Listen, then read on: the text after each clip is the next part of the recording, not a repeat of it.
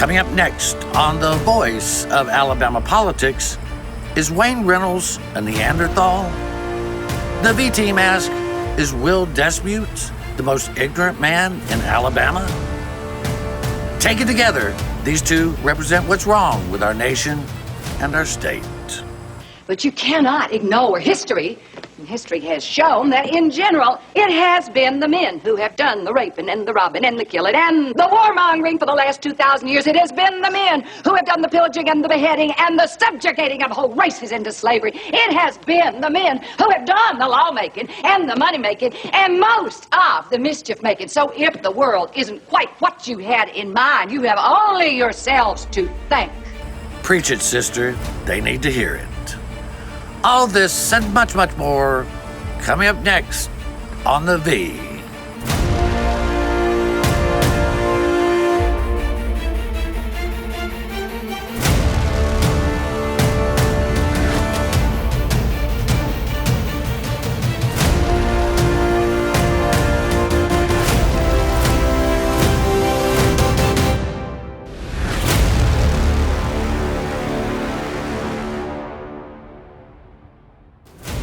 Welcome to The Voice of Alabama Politics, where we tackle the tough issues so you have the hard facts.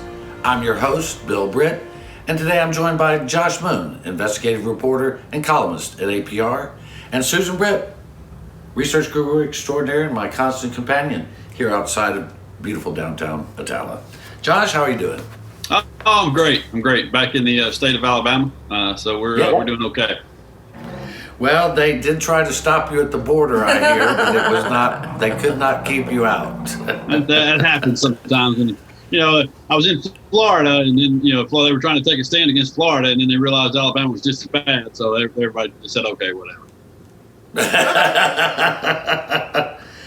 Well, I think this week we may be covering two of the worst people in the world. Oh, my God. Certainly in Alabama.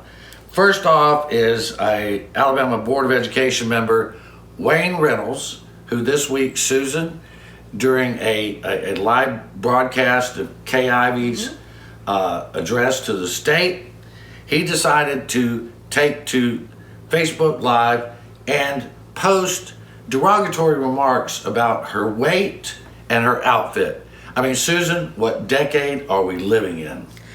Well, let me tell you, sir. Oh, wait, I can't call you sir because you're not enough of a gentleman for that. Had Governor Ivey been a man, this would have never happened. Never happened. Is it that maybe you're just a little bit intimidated by strong, intelligent women? Maybe that's it. Maybe you're just, from the Neanderthal years? I'm not sure. But let me tell you this. With people like you, with an attitude like that, you have no business being in governance of school children in this state. Young women, young girls do not need that kind of attitude in a leadership position. I suggest you do us all a favor, sir, and resign and crawl back under that rock you came out from under. I think Susan probably summed that up. We don't need that. Not in this day and age. He is a very example of what is wrong with this world. Yeah, I don't think I can add much to that. Well, I mean, Josh, just to be honest, I'm a little scared to add anything to that. Well, she's been cranked up since Wednesday, so... I've had a lot of time to work on it and think about it. And I might suggest all the women that voted for you in that position might want to think about getting together a petition to make you resign. Well, it is, and this guy is not a paragon of masculinity by any stretch of the imagination, and he has got a beer belly, whether he drinks beer or not. And here he's criticizing the governor for her outfit, saying that she looks heavy, saying that it's unflattering. I mean, I thought we had come beyond that. But Kay Ivey had a perfect response when they asked her about it. She said, a lady never discusses her age or her figure. A true gentleman doesn't either. I agree. So it's just disrespectful and uncalled for in the 21st century. But Josh, we've almost come full circle to where, at least it seemed for a period of time, men did not talk about women in these derogatory terms, calling them fat or pig face or horse face or demeaning them in any way. But it has now, over the last 3 years, become acceptable among certain men to say these types of things about women when they would never say it about a guy because they're afraid of getting punched in the face. Let's see. Get Mr. Reynolds close enough to me, I'll punch him. What's that? Sorry. Years. I wonder what's happened over the last 3 years. What change has there been at the top of the country that would have made it okay for people to say such derogatory terms about women and other people and to speak so harshly and ignorantly about people like that from such a position of power? It's not okay. It's never been okay. We tell our children not to do that. If you heard your child talking about a lady like that way, you would certainly discipline the child and tell them why that's not okay and why it's hurtful and why it's wrong. And it's disrespect to them. You would never do it to a man because what they're wearing and what they have on and how they look is it doesn't matter at all in the scheme of what's taking place in their profession. And that's with a man, then you should afford a woman the same thing. I agree. Well, we need to move on to an even more despicable character, and that is... I'll turn you loose on him, Josh. That's State Representative Will Dismukes of Prattville, when the state of Alabama, by and large, was honoring the life of civil rights icon John Lewis.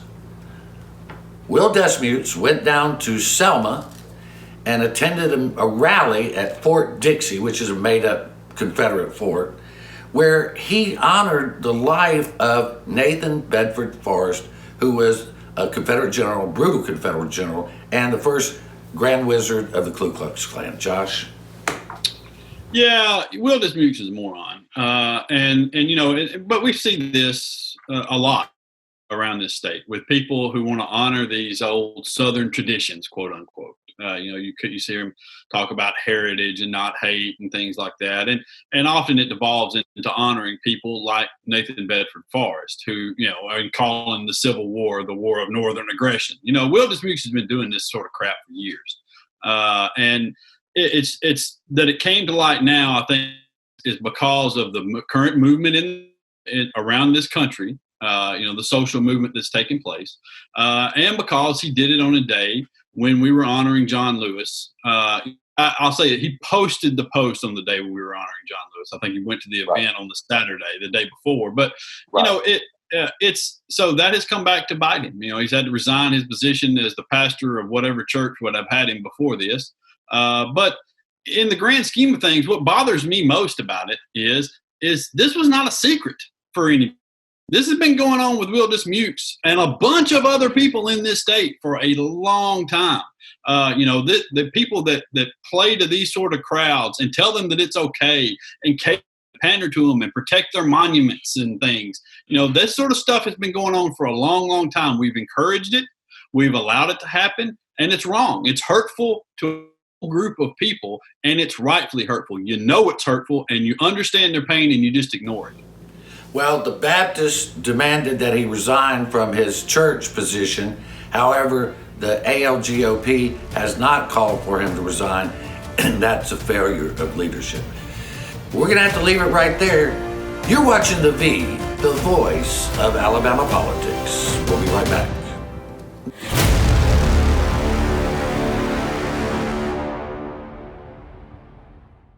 The Port of Mobile is a crucial commerce center for the entire state of Alabama.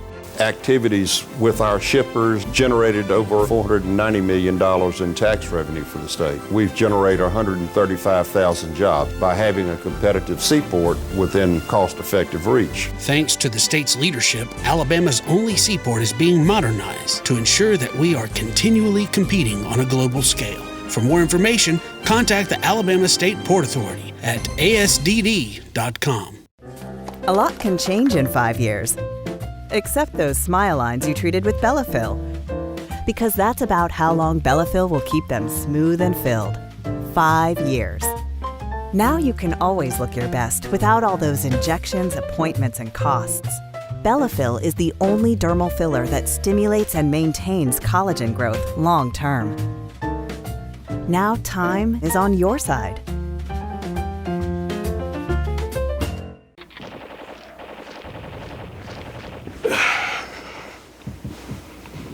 Hey man, what are you doing today? Play the game. Thought I'd go out for a drive later, maybe.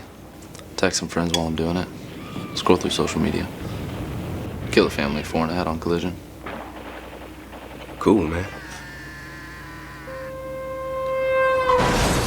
Drive safe, Alabama. A message from your Alabama Department of Transportation.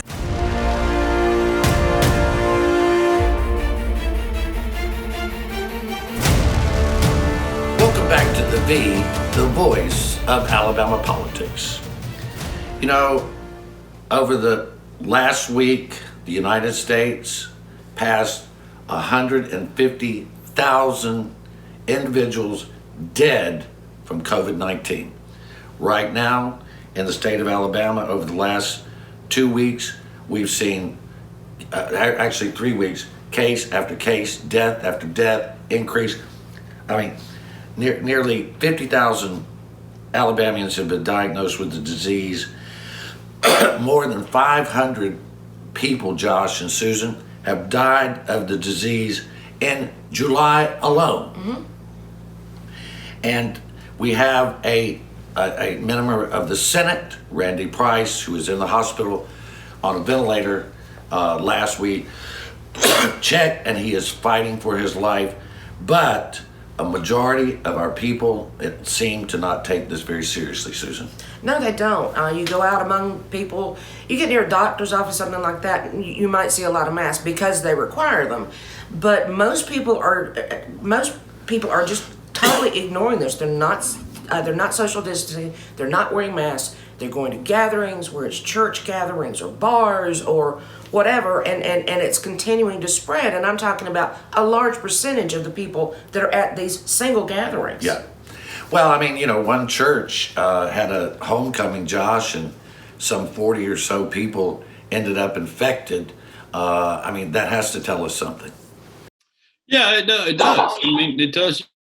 To follow what the doctors are saying. I mean, you know, this week we had Herman Cain pass away, after going to the Tulsa rally for Trump. And, listen, it's not fake, man. I mean, you know, this is real. It causes real problems. And the people aren't lying to you about it. You know, stop with the nonsense. Stop the video of the fakers and telling people that the masks don't work, and just do what you're supposed to do for a little while, and it worked.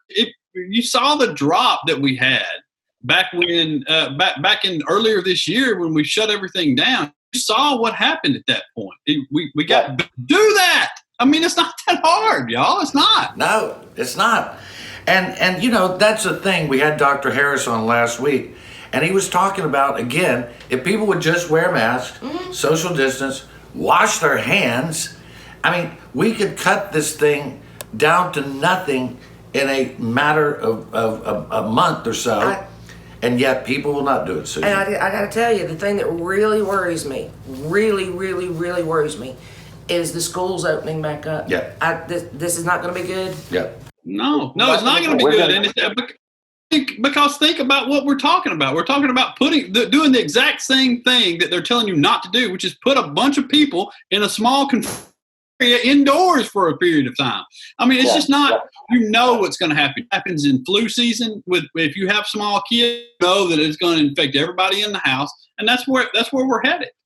Yeah, it is. Well, this past week, Governor Ivey did extend the mask order, which, you know, she keeps ordering it, but people keep ignoring it. And we have leaders in our state, political leaders that come out and call this unconstitutional and all kinds of silly nonsense. And all they're doing is putting people's lives at risk. Yeah, they're pandering for cheap votes. They're pandering for cheap votes. And it's just, it's putting people's lives at risk. We've done this for so long. It's so dumb. I don't understand how people can sleep at night doing this sort of nonsense. Well, the thing is it's not that they're endangering themselves so much as they're endangering everyone else. And for a state that professes Christian values to turn around and deny that love your neighbor as yourself matters, of course, I think maybe most of these people actually hate themselves, so they don't care. They hate their neighbor just like they hate themselves. But the extended mask order goes until August 31st, and it also says that must be worn in classrooms. Now, State Superintendent of Schools, Eric Mackey, said that they can't mandate children wear masks in school. Well, they can mandate they wear pants. They can mandate that they wear dresses of a certain length. I mean, surely they can mandate masks.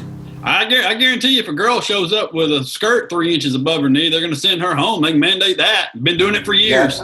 Yep. Well, and we have one of our staff members who was routinely sent home from school for wearing inappropriate clothing. But I think her T-shirt said something now. Hey, man, you weren't supposed to say anything about that about me.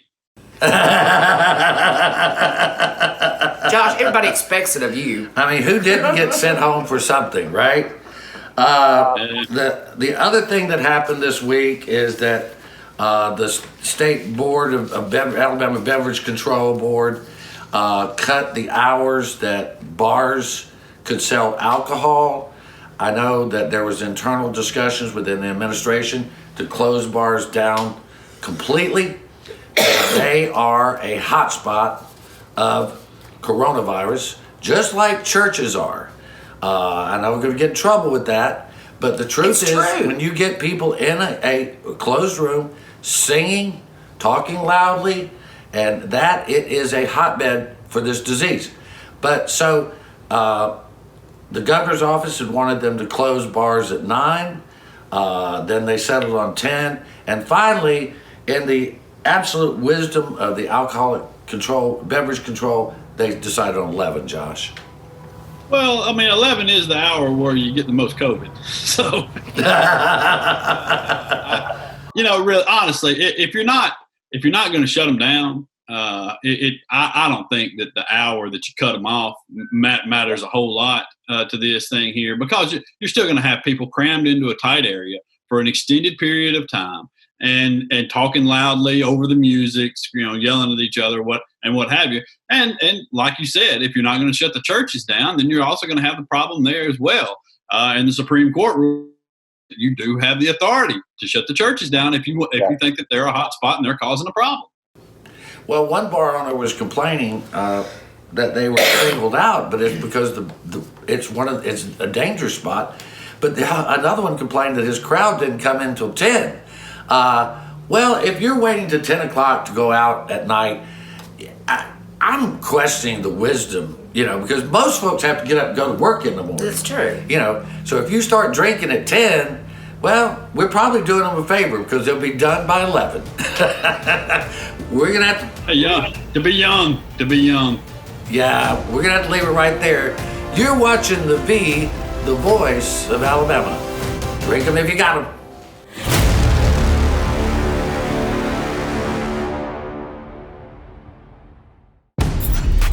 What's up, Alabama? It's Bo Jackson.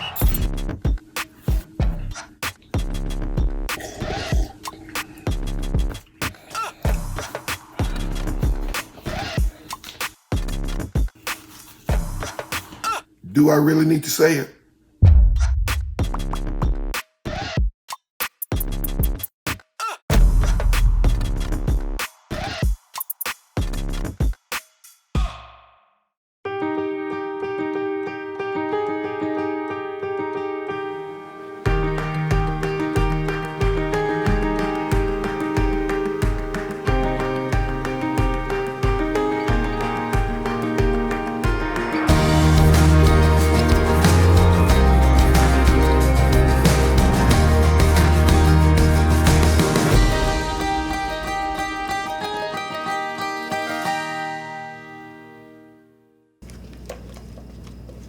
What are you doing today, babe? I thought I'd head down to the lake with the guys, do a little fishing. Of course, none of us will be wearing our seatbelts. I'll lose control of the truck, wrap it around a tree, and kill us all. Okay.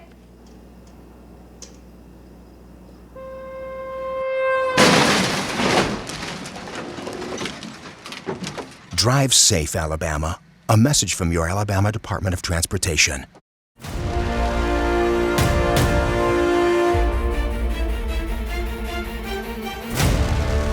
Welcome back to the voice of Alabama politics.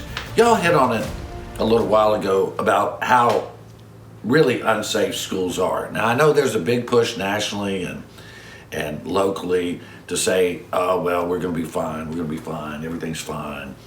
But that's more political posturing than it is anything else. The Alabama Education Association did a survey of around 40-some thousand of their members responded. And the teachers and the folks who responded, the teachers that responded, 68%, Susan, said that they were very uncomfortable returning to school, very uncomfortable. Also in those numbers, they released how many teachers, support staff, aides and whatever. The numbers of those with underlying conditions was staggering. I mean, most of them neared 50% of all of the. So I mean, you're not only putting the children's families in danger, you're putting your own staff in danger by going ahead and opening up. I mean, go ahead, strap a mask on a kindergartner. Try it. I mean, Josh, you as a parent wrote a column this past week talking about the choices, the hard choices that parents have to make, and I thought it was very reasonable and well thought through. I mean, it is a challenge. I mean, there are lots of people that just cannot stay at home with their kids. They have to send them somewhere. Yeah, listen, I understand as well as anybody. Let me put it this way. I'm in a here because of y'all and my wife and her job, because we can both work from home. We can work remotely. Y'all been great about recognizing that we have a little one running around here that requires our attention from time to time and can take away from some of the work day. Other people don't have that luxury. If you're a single mom working at a restaurant somewhere, you got to go to work, and I understand that from the school perspective of this. I do. And so I know the tough choice that they're going to have to make. Now, I think we should have done the cost of wage replacement for a lot of those people and job security for a lot of those people would have been a fraction of what we've already paid out. A lot of it going to corporate companies that don't really need the money. So I think we could have done very early on to protect those people from a government standpoint that we haven't done. But here we are. So it is tough. And anybody who thinks that a parent or a school teacher or anybody else is just sitting around the house thinking, oh, well, let's hold the kid out. That'll be a lot of fun. It's not. It disrupts everything. You have your life set up in a routine every day. This is what you're going to do, and this is how you're going to handle it. And this is, you're doing this, I'm doing that. You got the calendar and the different colors, and everybody's working, man. And you throw this into the mix, and it just is a wrench in the whole thing. And now it's, you're swapping out. And, hey, can you watch her for a little while I do this? And can I, and it's just everything off. And I'm dealing with a kid that is in daycare. I don't have to teach things that a lot of parents are. God help me if I had to teach algebra or something. Goes to college. But it's a problem, and parents are trying their best to care for their kids and keep them safe while also balancing out this work thing and keeping the family, the house unit going and everything else. And man, it's tough. And to think, to throw politics into this is very unfair to a lot of those people. It's interesting that during World War II, the nation mobilized on so many fronts. And one of the fronts that they mobilized on was because so many husbands were serving overseas, so women had to step into the workplace. Well, these days, women have to step in the workplace because they need the money. So what happened was they created all these daycares, or not daycare, but centers that kids could go to while the mother was at work. I guess you would call them daycare centers. And it was a program. And they dismantled it after World War II because they wanted women to go back home because they wanted men to take the jobs. But we had this during a crisis. It's almost unconscionable that the federal government has not nationalized this event and done things like setting up daycares so that these mothers wouldn't have to make choices. Again, That's all, it's a different time, a different mindset.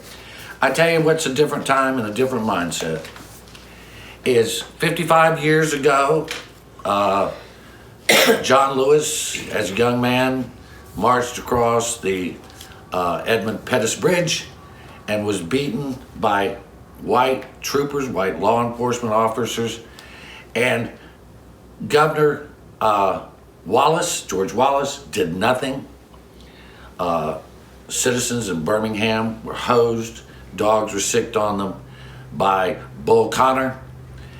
But this last week, our state came together and recognized the sacrifice and service of John Lewis, and it was spectacular to see Democrats and Republicans alike come together, Josh. Yeah, John Lewis was a great guy. I met him a few times. I had spent an afternoon with him in Selma a few years back, and the thing that when people ask me what John Lewis is like, the best thing that comes to mind is nice. He was such a spectacularly nice guy, especially for all that happened to him in his life. He was beaten in South Carolina, beaten in Montgomery, Freedom Riders events that he participated in, and that was before Selma, before he had his skull cracked open in Selma and trampled by the horses there. And he maintained this air of acceptance and I guess of love, really, of he just cared about everybody. And you spoke to him; he was such a quiet guy and thoughtful man, and he's really one of the best had speaking to somebody, because he lived up to what you thought he was, and actually probably exceeded what you thought he was going into that. And John Lewis was really a great man. And if people want to honor him, go vote. Don't let anybody stop you from voting. Go and vote, and take people with you to vote. Research the people, learn who's best for you. Go vote. Well, Susan, I thought it was particularly telling that when they brought John Lewis's body to the Capitol, that Kay Ivey was there to receive him, and received him with dignity and grace, as opposed to how he was met by Governor Wallace's people 55 years ago. Yes, he laid in state in the rotunda, and if you've never been in the rotunda of the Capitol building, it's very spectacular. And what an appropriate, it's both elegant and intimidating, and what a very appropriate place for him to lay in state. Well, he will be missed. We hope we have more of his kind, because there's still a long way to go. You've been watching The V, the voice of Alabama politics. You watch us, because we watch them.